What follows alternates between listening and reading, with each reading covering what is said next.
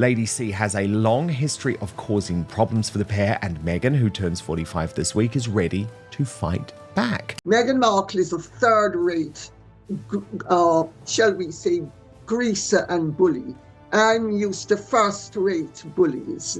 So she doesn't frighten me in the slightest. And if she tried anything on for size, I'd crush her the way an elephant crushes an ant. There's nothing she can sue me for. And if she tried, she and I and Harry all know that we will end up in a court of law. You know, this is now Harry trying to play the last roll of the dice. Evidently, Harry has fallen in love with someone. Meghan Markle and Prince Harry are facing another wave of controversy, but this time the pressure is coming from two commentators who show no intention of backing down. Lady Colin Campbell and author Tom Bower have found themselves at the center of a dispute after claims emerged about Harry allegedly developing feelings for another woman. The allegation is serious, but it is important to separate what has been reported from what has actually been proven. If Meghan and Harry think that Paul Dacre is a tiger, they have never seen this tigress in action. What Paul Dacre has forgotten to maul, I will completely annihilate. Lady Colin Campbell has said that Harry developed deep feelings for a woman in Montecito, and that Meghan allegedly discovered messages on his phone, triggering a confrontation between them. Campbell has also insisted that she did not describe the situation as a confirmed affair, and that her information came from people she considers well-connected and reliable. The Sussex camp has rejected the claims completely. Reports have described Harry and Meghan as united against what they consider unfounded accusations.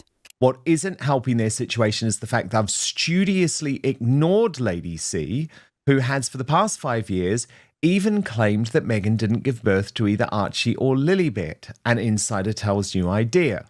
It's probably why her new claims about a mistress and Meghan discovering damning texts have gone viral. But the reaction has created another question. Will the dispute actually end up in court? Lady Colin Campbell has made her position unmistakable, saying she is not intimidated by Meghan and would welcome the opportunity to defend herself legally if a legitimate case were brought. Her confidence comes from her belief that she carefully chose her words and did not make claims that could easily be presented as established fact. Tom Bower has also entered the discussion, and his history with the Sussexes makes his involvement significant. His books and public commentary have repeatedly challenged the couple's version of events. What makes this confrontation especially interesting is that a lawsuit would change the nature of the argument completely. Harry has met someone who is his age, with whom he is in love, and who is in love with him. And Meghan found out about it, according to my sources of information, after she discovered texts on Harry's phone. Online accusations can be answered with statements, interviews, and public relations, but a courtroom requires evidence, documents, testimony, and legally relevant facts. A threat of legal action is therefore very different from an actual filing, and nothing in the material presented establishes that a court has ruled on the central relationship allegation. The controversy has also revived older questions that Lady Colin Campbell has raised about Archie and Lilibet. When they found out that King Charles and Catherine had cancer, or was it inconvenient for Meghan, who was ready to launch her career as an entrepreneur and felt like if she did it, there would be a negative reaction because the entire world was watching to see how Catherine was going to recover? So I'm not at all intimidated by her or by him. And all I can say is if they think that they have an action that they can bring against me, bring it on. I'll see them in a court of law. Prince Harry, by your very well-sourced report, has fallen in love with another woman. Yes. Please spill. Isn't it fun? And It's incredible. I'll tell you, Maureen, it absolutely dropped in my lap because Really? somebody, they are connected officially on state level in America. So I've sworn to secrecy. Those claims have circulated for years, but they remain allegations and have not been established as fact. Critics have focused heavily on the fact that the Sussexes have responded aggressively to some stories while choosing not to pursue every allegation through the courts. But silence alone cannot prove that an allegation is true, because public figures can avoid litigation for many reasons, including privacy, strategy, cost, and the risk of creating even greater publicity. What is clear is that Campbell is now challenging Harry and Meghan to decide whether they want this battle fought through media statements or inside a courtroom. I have received information from, as some people say, stateside, from actually people who are very well placed and very well connected.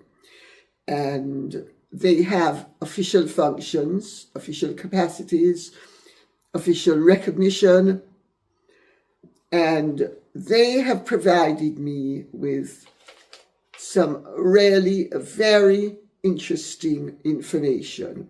Two massively interesting bits of information. The videos which I've listed in the book are just extraordinary when he is eating meals or standing at receptions where he really didn't understand what was happening because he doesn't speak a word of Spanish. So for those inside, it was a catastrophe. For those outside, it was just bemusing to see the Sussexes doing a, quote, royal tour. Then there is the growing discussion about Meghan's engagement ring, which has become another source of speculation. Reports claim she has appeared publicly without the ring for an extended period. The ring carries particular symbolism because it includes diamonds connected to Princess Diana and a central stone associated with Botswana, a place closely linked to Harry and Meghan's early relationship. Its absence has therefore attracted attention, especially while rumors about tension between the couple are circulating. Where the couple do differ, however, is how to handle the situation. Lady C has a long history of causing problems for the pair, and Meghan, who turns 45 this week, is ready to fight back. Harry, 41, meanwhile, is having a hard time reminding his wife that it's not usually the royal way to take legal action. Coming from the guy who sued all and sundry, especially when they're trying to get back in his father's good graces. But a missing ring is not proof of marital problems, and photographs alone cannot reveal what is happening privately between two people. The significance comes from the timing and the intense public scrutiny surrounding the Sussexes rather than from the jewelry itself. And that is what makes this story bigger than one allegation. It is now a battle over credibility, public image, and how far Harry and Meghan are prepared to go when critics refuse to stay silent. I mean, she's standing there in front of a room full of children that don't know where they're going to get their next meal from. And she's like, pursue joy. And you're just thinking, oh my God, you are so out of your depth. So Lady C is going to be here imminently to respond to this report in New Idea, Australia, which is headlined Prince Harry and Meghan Markle's upset over what they describe as unfounded affair claims. They report they're standing united against vicious rumours. Lady Colin Campbell says she is ready for whatever comes next, while Tom Bower remains openly critical of the Sussexes. For now, the central claims remain disputed, the legal consequences remain uncertain, and the most important distinction is between an allegation being repeated and an allegation being proven. That distinction could become crucial if this confrontation ever moves beyond interviews and headlines and into an actual courtroom. There is, of course, no truth to Lady Colin Campbell's rumours, and the couple remain a united front. An insider telling the magazine, Harry's fed up with these outrageous claims. What isn't helping their situation is the fact they've studiously ignored Lady C, who has for the past 5 years even claimed that Meghan didn't give birth to either Archie or Lilibet, an insider tells New Idea. It's probably why her new claims about a mistress and Meghan discovering damning texts have gone viral. But suggesting Harry and this woman have been seen out and about is bizarre in a world of smartphones. The controversy gets even more complicated when the spotlight moves away from the alleged messages and toward Harry and Meghan's wider public image. Tom Bower has repeatedly questioned whether their carefully presented appearances always match what happens behind them. One major example is the couple's 2024 visit to Colombia, which was promoted as a humanitarian and advocacy-focused trip. Critics question the reported financial impact, while Bower raised claims about the private jet arrangements and the relatively small amounts said to have reached local charities.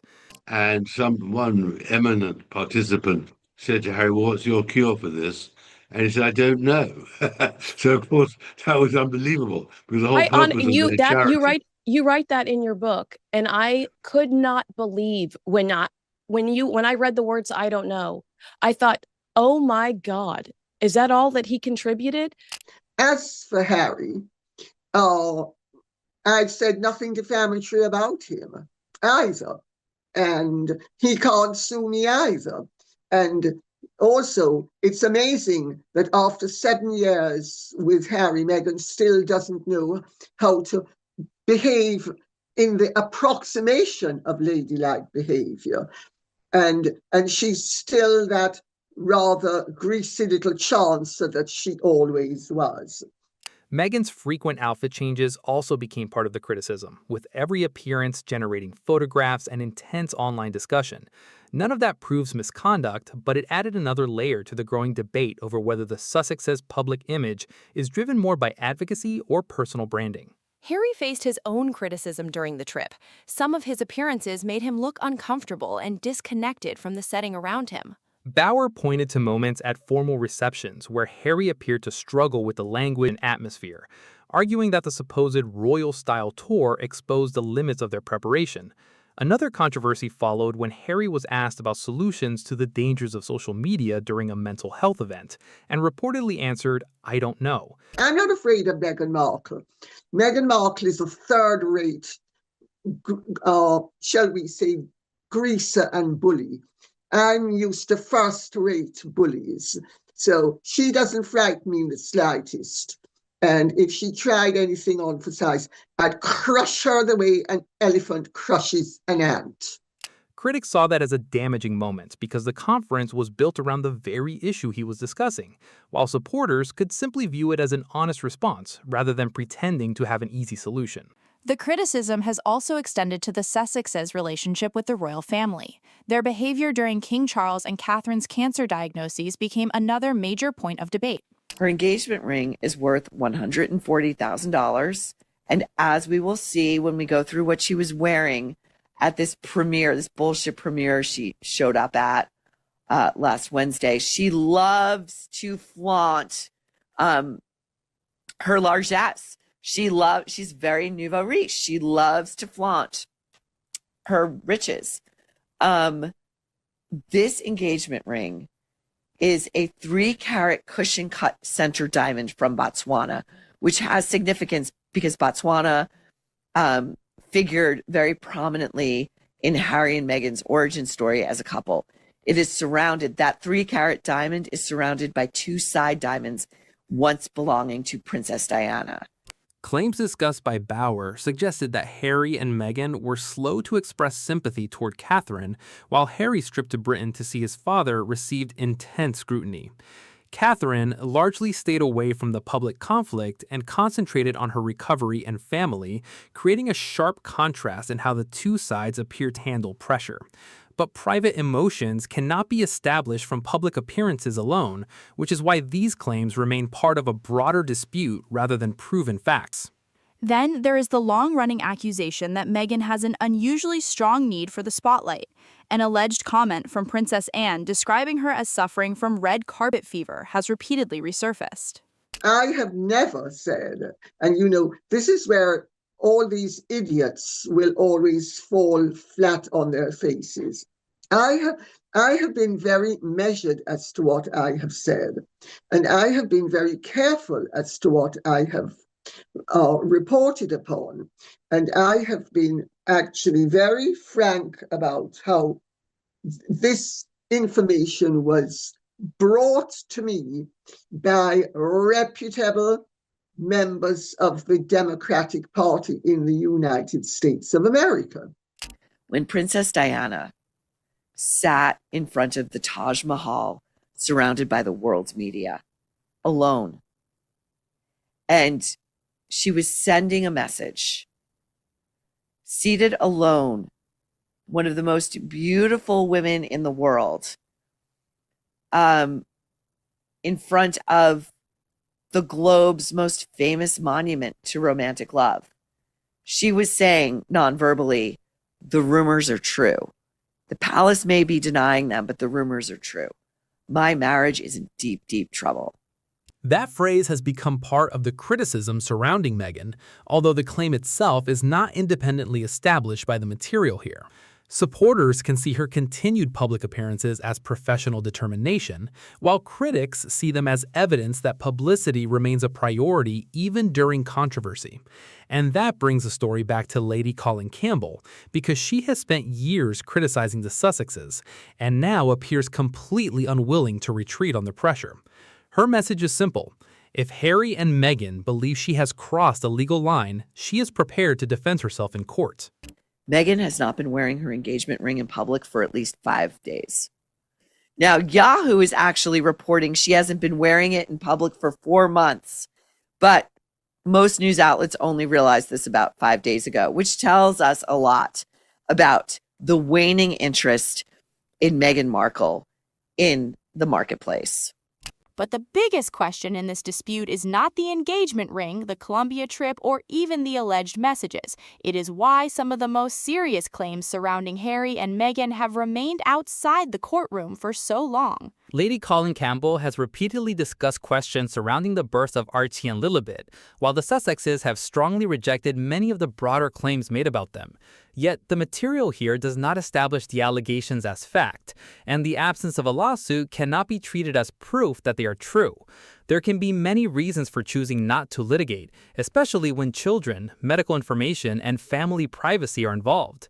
Still, critics see the difference in how various stories are handled as an important part of the larger controversy. Pathetic, not so funny, it's actually tragic. What Harry revealed by that is a complete lack of any self-awareness, of any understanding of reality. He just behaved as the arrogant royal. The legal question becomes even more interesting when defamation is mentioned. A public accusation is not automatically enough to win a case. If a defamation action were actually filed, the court would have to examine the precise statements, their context, whether they were presented as fact or opinion, and what evidence exists behind them. That is very different from a public relations battle, where one side can simply issue a denial and the other can respond with another interview. And Lady C, you are convinced that this story was brought to you by genuine forces, because this week there has been a bid, and I don't know if you believe that this is maybe by Sussex squad goons or where it's coming from, but there has been a bid to suggest that actually the story was planted by Meghan Markle. Now, this is something, Lady C, sometimes celebrities do, isn't it? If they're trying to catch out a journalist or if they're trying to catch out an enemy commentator, it's like, let's give them a false story and try and make them look stupid. But you are convinced that's not the case. Absolutely. Of course, Dan, I've been at this for nearly 50 years. Campbell's confidence appears to come from her belief that she carefully framed her statements and relied on sources she considered credible. Whether that defense would succeed is something only an actual legal proceeding could determine. And Lady Colin Campbell's involvement adds another dimension to this one controversy. His work has repeatedly challenged their account of events and their relationship with the royal family. His supporters argue that he asks questions other commentators avoid, while his critics accuse him of presenting an overly negative picture of Harry and Meghan. Meghan has not been wearing her engagement ring for some time. And it's ironic that on the one hand, you have Maureen and people who are more in the know making the point that there's trouble in paradise. Then on the other hand, you have people who are less in the know saying, oh no, there's no trouble in paradise. Romeo and Juliet are about to run off to Reno and remarry because their last marriage might not have been as valid as we'd like it to be, blah, blah, blah, blah, and all sorts of rubbish. That disagreement has made the Sussexes' story increasingly difficult to separate from the wider media war surrounding them. Every new allegation is immediately judged according to which side a person already believes. In that environment, even a simple denial can become another chapter in a much larger argument about credibility. As a royal, Harry refuses to engage in this type of low-level gossip, but it's distressing for Meghan, who wanted to shut down this woman's outrageous claims years ago, says the insider. The timing couldn't be worse. This story exploded right when they're trying to ingratiate themselves with the king. Things were already tense between Meghan and Harry after she posted those pics at Althorpe. Harry's frustrations at her inability to understand how royals work have reached fever pitch. And Lady Colin Campbell is clearly comfortable keeping that argument alive. Her response to the legal threat has been unusually direct. She has essentially challenged Harry and Meghan to stop the public exchange and take the matter before a judge if they believe they have a case.